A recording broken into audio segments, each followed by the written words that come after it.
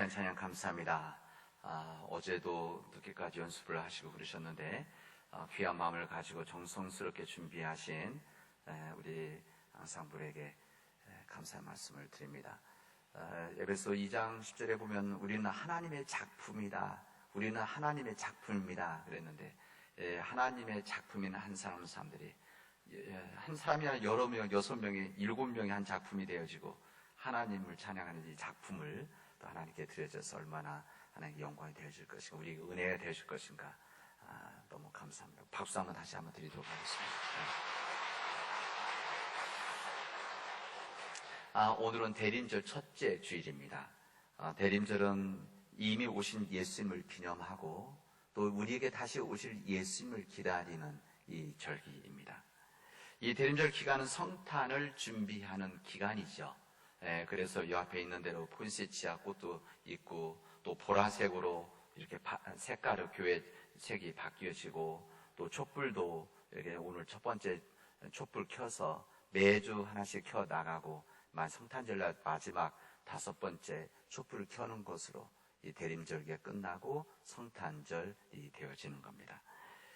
이 기간은 우리의 성탄을 준비하는 즐거운 시기이기도 하지만 본질적인 이 대림절이라고 하는 것은 예수님의 오심을 기다리는 저희들이 하나님 앞에, 예수의 말씀 앞에 우리 삶을 되돌아보는 회개의 시간이다라고 할 수가 있습니다.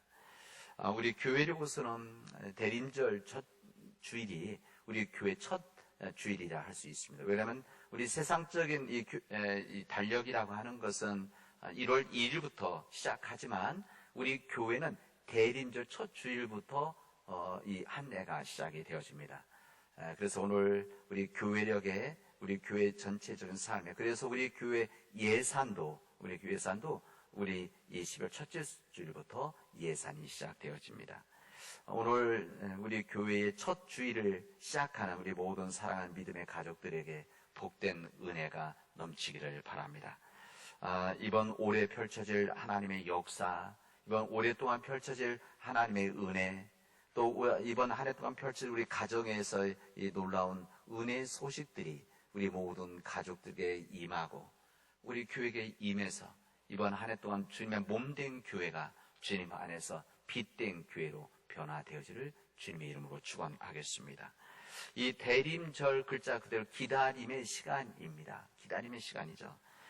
성탄절의 축제, 성탄절 선물을 기다리는 것이 아니라 이 성탄, 이 거룩한 탄생의 주인공이신 예수님을 기다리는 이 절기라고 알 수가 있습니다. 이미 우리 예수님께서는 아기 예수를 이 땅에 오셔서 이 베들레헴에 오셨고, 우리 주님께서는 공생애를 통해서 주님의 말씀과 복음을 전하셨던 놀라운 은혜와 사랑을 우리에게 베풀어 주셨고, 끝내는 십자가에서 돌아가심으로 인해서 우리의 사랑을 완성시켜 주셨습니다. 그래서 우리 대림절은 이미 오신 예수님을 기억하고 기념하는 날이자 우리 주님께서 그 예수께서 다시 오실 것이라는 것을 우리에게 약속하셨기 때문에 다시 오실 예수님을 기다리는 거룩한 절기라고 할 수가 있습니다. 이 교회에 따라서 한 해를 시작하면서 여러분을 섬기고 우리 교회를 섬기는 이 목회자인 제가 여러분들이 진정 1년 동안 하나님 말씀 안에서 살아가기를, 하나님 말씀과 동행하기를, 주님의 말씀에 청종하기를, 듣고 순종한 청종하는 이번 한 해 복된 한 해가 되어지기를 축원하겠습니다. 하나님의 말씀과 동행하고 하나님 말씀에서 나오는 능력으로 복된 한 해가 되어진다면 우리 인생과 우리 가정이, 우리 교회가, 우리 사회가 하나님 안에서 정말 놀라운 일들이 펼쳐지게 되어질 것입니다. 이 세상적인 어려움이 있고 세상적인 유혹과 도전이 우리에게 끊임없이 주어지고 우리가 예상하지 못할 일들이 우리에게 주어지겠지만 하나님께서 함께 하시면, 하나님의 말씀 안에 거하고 하나님의 말씀과 동행하는 삶이 되어지면 이 모든 힘듦과 어려움도 능히 이겨나갈 수 있다는 것을 주님은 우리에게 말씀해 주십니다. 목회자인 저도 우리 목회자들이 정성을 다해서 말씀을 나누고 전하고 말씀대로 살아가도록 하겠습니다. 목회자뿐만 아니라 우리 모든 교우들도 주님 말씀 안에 살아가기를, 우리 대림절 첫 주일, 또 우리 교회의 첫 주일을 이번 한 해 시작하면서 여러분들에게 말씀드립니다. 기다림의 대강절을 시작하는 우리 모두에게 요한계시록에 있는 이 말씀은 우리에게 새로운 도전을 또는 은혜를 허락해 주십니다. 예수님께서 가장 사랑하시던 제자 요한은 반모섬에서 하나님의 계시를 받게 되어집니다. 그 계시를 받았던 이 사도 요한은 그 받은 말씀을 7 교회에게, 초대교회죠, 초대교회에게 이 말씀을 전해주게 되어집니다. 이 반모섬에서 보고 들었던 이 놀라운 이 소식을 7 교회에 전해주게 되면서 어떤 교회들은 칭찬도 해주시고 어떤 교회는 꾸중도 해주시는 이 말씀을 해주시는데, 이 모든 일들이 하나님의 사랑 때문에 이루어진 편지이자 서신이라고 할 수가 있습니다. 하나님의 사랑이 아니면 칭찬할 수도 꾸중할 수도 없는 것이죠. 그 하나님의 사랑이 7 교회들에게 주님의 은혜를 전하게 되어집니다. 그 7 교회 중 한 교회가 라오디게아 교회입니다. 이 라오디게아 교회, 이 교회는 그 지역에서 부한, 아주 경제적으로 좋은 지역에 있었습니다. 그래서 오늘 또 그 본문에 보면 우리가 부하도다 이런 이야기 나오지 않습니까? 우리 부자도다, 이런 교회입니다. 지역적으로, 경제적으로, 무역이라 이런 것으로 인해서 풍요한 삶을 살고 있었던 지역의 그 교회였던 것입니다. 이 주님께서는 사도 요한을 통해서 라오디게아 교회에게 이렇게 말씀을 하시고, 애정이 아주 진하게 담겨져 있는 충고와 경고를 하십니다. 이렇게 말씀하십니다. 나는 내 행위를 알고 있다. 너는 차지도 않고 뜨겁지도 않다. 내가 차든지 뜨겁지 아니하면, 너희들이 미지근해서 뜨겁지 않으면, 차지도 아니하면은 나는 너를 내 입에서 뱉어버리겠다라고 이렇게 말씀하십니다. 너희들이 차지도 않고 뜨겁지도 않는 그런 미지근한 그런 삶을 살아가면 내가 너를 내 입에서 뱉어버리겠다 말씀하십니다. 이 라오디게아 교회가 바로 그런 교회였다는 겁니다. 뜨겁지도 않고 미지근하지도 않고 뜨겁지도 차지도 않는 그런 미지근한 교회 모습이었다는 겁니다. 주님을 믿는다고 하는데 주님을 믿기 때문에 가지고 있는 이런 믿음의 역동성이 없고 활기가 없는 소극적이고 무관심한 교회였다는 겁니다. 영적 활동이나 복음의 사역에 열심도 없었고 매사에 적당히 타협하고 여기가 조사원이라고 하는 이 나약한 마음을 가지고 살았던 사람들과 교회가 이 라오디게아 교회였다는 겁니다. 그렇다고 이들이 복음을 거부한 사람들이냐? 그것은 아닙니다. 이들이 복음을 거부한 사람들은 아닙니다. 동시에 그렇다고 기쁨으로 복음을 받아들이고 있는 그런 삶도 아니었다는 것입니다. 그들은 확신도 없었고 열심도 결여된 상태였었습니다. 두 발을 딛고 있는, 양쪽에 딛고 있는 그런 사람들이었습니다.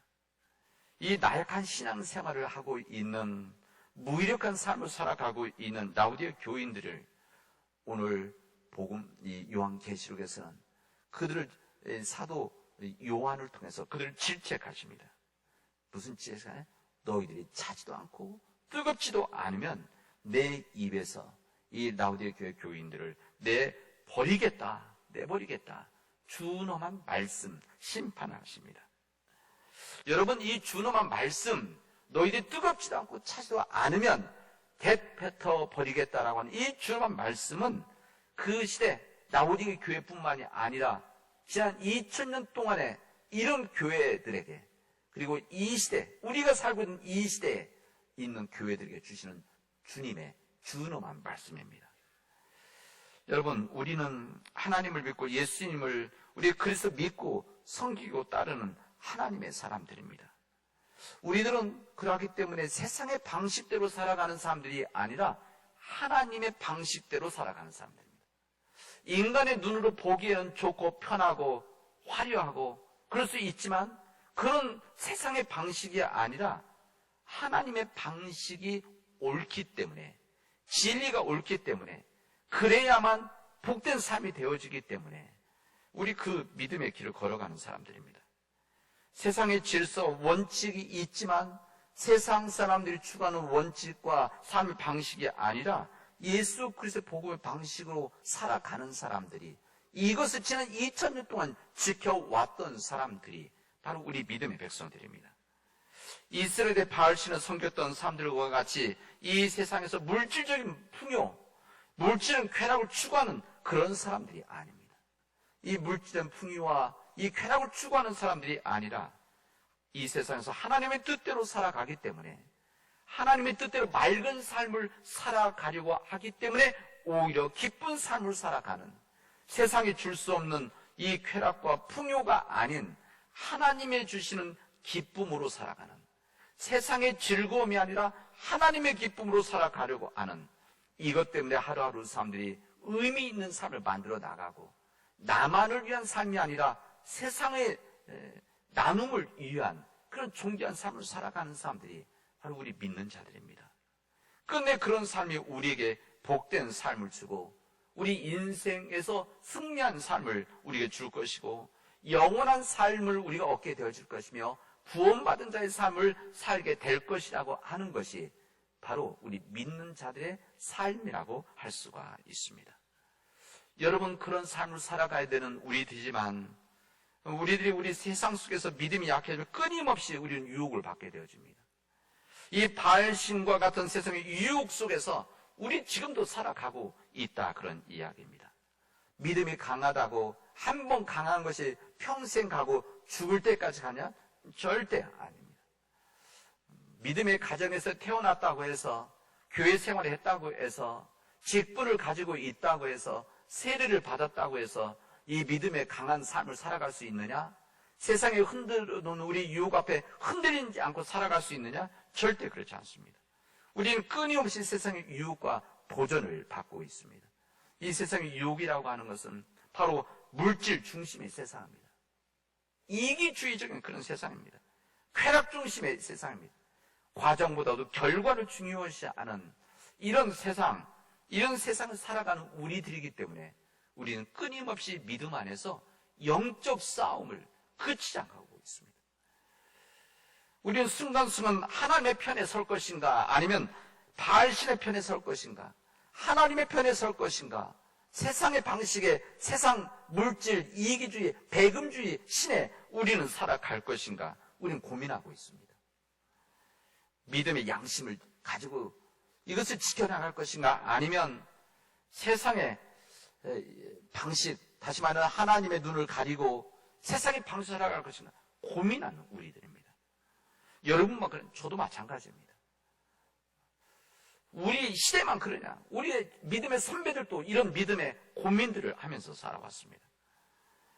아예 그런 고민 없이 하나님과 예수 그리스도의 복음은 주일날의 말씀이고, 주일 교회 안에서의 말씀이고, 하나님의 말씀을 세상에 나가면 우리가 잊어버리고 눈 감아버리는 이런 세상을 살아갈 것인가, 우리는 끊임없이 고민하고 있는 우리들입니다. 이런 삶이, 이런 끊임없이 고민하는 삶이, 이 삶이 이어지면 오늘 요한계시록에서 말하는 미지근한 신앙의 삶입니다. 뜨겁지도 않고 차지도 않은 이 삶이라는 것이죠. 그래서 이 사도 요한은 이렇게 말하지 않습니까? 너도 따뜻하지도 않고 뜨겁지도 않고 차지도 않으면 내 입에서 다 뱉어버리리라 말씀하셨던 것입니다. 그런 우리들에게 하나님께서는 엘리야를 통해서 말씀을 선포하셨던 말씀이 있습니다. 뭐라고 말씀합니까? 엘리야가 이렇게 이야기합니다.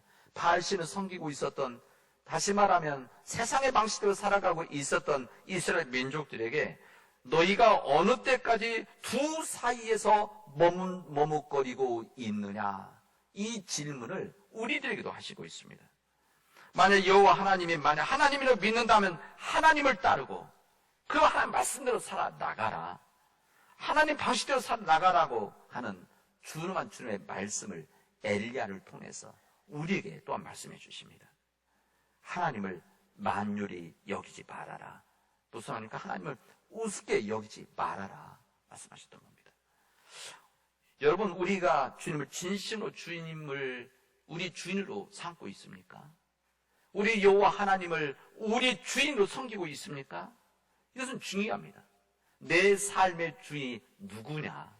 내 삶의 주인이 나냐 하나님이냐, 내 삶의 주인이 하나님이냐 세상이냐, 세상의 물질이냐, 이것은 참으로 중요합니다.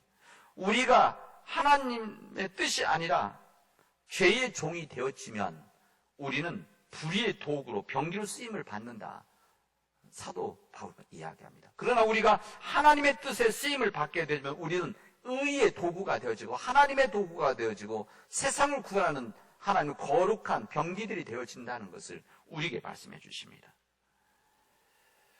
오늘 이 말씀을 듣고 이 말씀이 나에게 주신 말씀이라고 한다면, 이 말씀이 다른 사람에게 주시는 말씀이 아니라, 다른 시대에 주시는 말씀이 아니라 나에게 주시고 우리 가정에 주시고 우리 교회에 주시는 주님의 말씀으로 받아들인다고 한다면, 내가 주님 앞에서 차지도 않고 뜨겁지도 않은 이런 미지근한 삶을 살아가고 있다면 여러분 이 시간 회개할 수 있기 바랍니다. 오늘 본문의 세 말씀이 다 그 말씀입니다.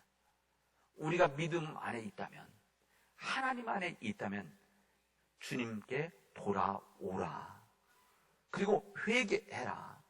그래서 이 세례 요한은 회개의 세례를 베풀었던 것이고, 오늘 요한계시록 말씀은 회개에 합당한 삶을 살아가라, 이렇게 말씀하셨던 겁니다.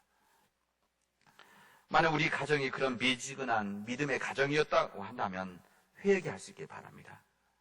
우리 교회가 만약 이런 미지근한 사역을 해왔다고 한다면 우리 교회가 회개하도록 합시다. 그리고 새로운 삶으로 시작해 나가도록 합시다. 세례 요한은 예수님께서 가장 인정하고 칭찬했던 한 사람입니다. 여자가 낳은 자 중에서 가장 큰 자다, 이렇게까지도 말씀하셨습니다. 그는 이제 등장한 이후에 주님이 오셨을 때 주님께 그 역할을 맡기고 젊은 나이에 세상 떠났습니다. 그랬던 이 세례 요한, 요단 강가에서 제사함을 받게 하는, 오늘 본문에 뭐라고 했냐면 회개의 세례를 베풀었다, 이렇게 말했습니다. 회개의 세례. 이 회개의 세례를 베풀었던 이 세례 요한은 회개를 한다면 회개에 합당한 열매, 회개에 알맞은 열매를 맺어야 된다, 이렇게 말씀하십니다. 마음속에서 죄라고 느낀다면, 이 마음속에 죄라고 깨달았다고 한다면, 이것을 깨닫는 것 자체는 회개에 해당하는 첫 번째 부분입니다. 우리 영어에서 리펜턴스라고 하는 한 단어이지만 우리 한국에서, 우리 동양권에서 한자 쓰는 문화권에서는 이 회개가 정말 중요한 의미를 두 가지를 담겨 있습니다. 왜냐하면 회라고 하는 것은 깨닫는다는, 돌이킨다는 뜻이고, 개라고 하는 것은 고친다, 바꾼다, 전환한다, 요즘표로 전환한다, 이런 뜻입니다. 이 회개라고 해서 이 두 가지가 동시에 이루어져야만 회개가 되어지는 거예요. 만약에 우리 회까지 하는 것은 일반 사람도 할 수 있습니다. 일반적인 윤리의식을 갖고 있는 사람들도 그냥 바르지 못한 삶을 살아가면, 양심에 어긋나는 삶을 살아가면 그것까지 깨달을 수 있는, 그래서 회까지입니다. 그러나 우리 믿는 자들은 회개까지도, 바꾸는 삶까지 있을 때만이 진정한 회개에 합당한 열매로 맺어진다는 것을 우리에게 말씀해 주십니다. 이렇게 말씀하지 않습니까? 도끼가 나무 뿌리에 놓였으니 좋은 열매를 맺지 아니한 나무가 찍혀 불에 던져지리라. 강력하게 세례 요한이 말합니다. 무슨 말입니까? 온전한 회개에 합당한 열매를 맺지 못하는 자들은 이 도끼를 찍혀서 불에 던져질 것이다, 심판받을 것이다, 이렇게 말씀하시는 겁니다. 이런 이 준엄한 이야기 앞에 사람들이 우리가 무엇을 해야 됩니까? 우리가 어떻게 됩니까? 세례 요한이 질문합니다. 이때 세례 요한은 그들에게 구체적으로 이야기를 합니다. 옷 2벌 있는 자는 옷이 없는 자들에게 나눠 주어라. 먹을 것이 충분히 있는 사람은 그렇지 못한 사람들에게 음식을 나누어라. 불법적으로 부당하게 세금을 착취했던 세리들에게는 부과될 것 외에는 불법으로 거두지 말아라. 군인들은 강탈하지 말아라. 강탈하는 일, 바르지 않는 일이다. 이것을 구체적으로 말씀해 주십니다. 여러분, 이 회개에 합당한 열매, 이렇게 말씀하셨는데 우리 성은 우리에게 구체적인 이야기를 더 말씀해 주십니다. 이 회개에 합당한 열매를 삭해오는 우리가 분명하게 알려줍니다. 예수님과의 거룩한 만남을 통해서 이미 그의 심령 안에 회개의 역사가 이루어지게 되어집니다. 그래서 주님께서 그를 만나고 그의 심령 안에 임하게 되어지고, 주님께서 그의 집에 머문다고 했을 때 그 안에서 회개의 역사가 나오면 회개에 합당한 열매로 고백이 되어집니다. 그게 뭐라고 고백하면 이렇게 고백합니다. 내 소유의 절반을 가난한 사람들에게 나누겠습니다. 그리고 내가 누구의 것을 속여서 빼앗은 일이 있다고 한다면 4배나 4갑절이나 갚겠습니다 라고 고백을 하고 이렇게 실현을 합니다. 이때 주님께서 말씀하십니다. 오늘 구원이 이 집에 이르렀구나. 우리 주님께서 이 삭개오에게 너 지금까지 뺏은 거 다 내놔라, 너 가진 거 가난한 자에 나누자, 이런 말씀 전혀 하지 않으셨습니다. 주님과 온전한 만남이 있었을 때 그의 삶 안에서 이런 놀라운 역사가 시작이 되어집니다. 이 회개에 합당한 열매는 돌아온 둘째 아들을 통해서 우리에게 또한 알려주십니다. 아버지의 뜻을 어기고 아버지의 재산을 가지고 아버지를 떠났던, 그리고 세상으로 나갔던 이 둘째 아들, 그 둘째 아들은 세상에 나가서 허랑방탕한 삶을 살았습니다. 허랑방탕한 삶을 통해서 가지고 있는 모든 것을 다 날린 다음에 비참한 삶을 살아가게 되었습니다. 그게 흉년이 들었을 때 궁핍하게 되어지고, 이 들로 보내서 돼지를 치게 하고 돼지가 먹는 열매까지 제대로 먹지 못하는 이런 비참한 삶을 살아가게 되어집니다. 이때 그는 자신의 비참함을 깨닫게 되어집니다. 자신의 잘못된 길을 깨닫게 되어지고, 그리고 아버지께로 돌아갈 것을 결단을 합니다. 여러분, 만약에 이 둘째 아들이 비참함을 깨닫기만 하고 잘못된 길이라는 것을 깨닫기만 하고 만약 머물러 있었다면 이 비참한 삶 속에서 불행한 삶을 계속 이어갔을 것입니다. 그러나 그는 자신의 문제를 깨닫고 아버지께로 돌아갈 것을 결심을 한 다음에, 이게 회까지 아닙니까? 그리고 돌아갔습니다. 그래서 아버지께로 돌아가서 아버지의 용서를 받게 되어집니다. 이것이 바로 회개에 합당한 열매라고 성경은 우리에게 알려주십니다. 여러분, 우리 주님은 말씀하십니다. 보아라, 내가 문 밖에서 문을 두드리고 있다. 누구든지 내 음성을 듣고 문을 열면 나는 그에게로 들어가서 그와 함께 먹고 그는 나와 함께 먹을 것이다 말씀하십니다. 여러분, 주님의 말씀입니다. 우리들에게 주님은 문 밖에서 문을 두드리고 있다. 만약 주님의 음성을 듣고 문을 열면은 내가 들어가서 그와 함께 먹고 그는 나와 함께 먹게 되어질 것이다.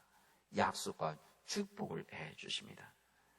여러분, 우리 사랑하는 하나님은 우리를 포기하시는 분이 아니십니다.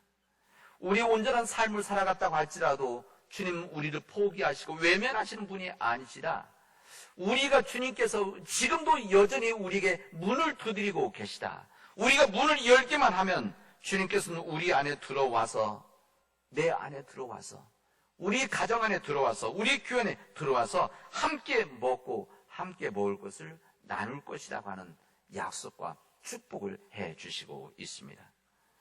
사랑하는 우리 믿음의 성도 여러분, 주님의 이 사랑 앞에, 주님의 이 문 두드리심 앞에 우리 마음문을 여는, 우리 죄에 회개하는, 그래서 주님께 돌아가는 이 믿음의 삶들이 우리 교우들 안에서 이루어지길 바랍니다.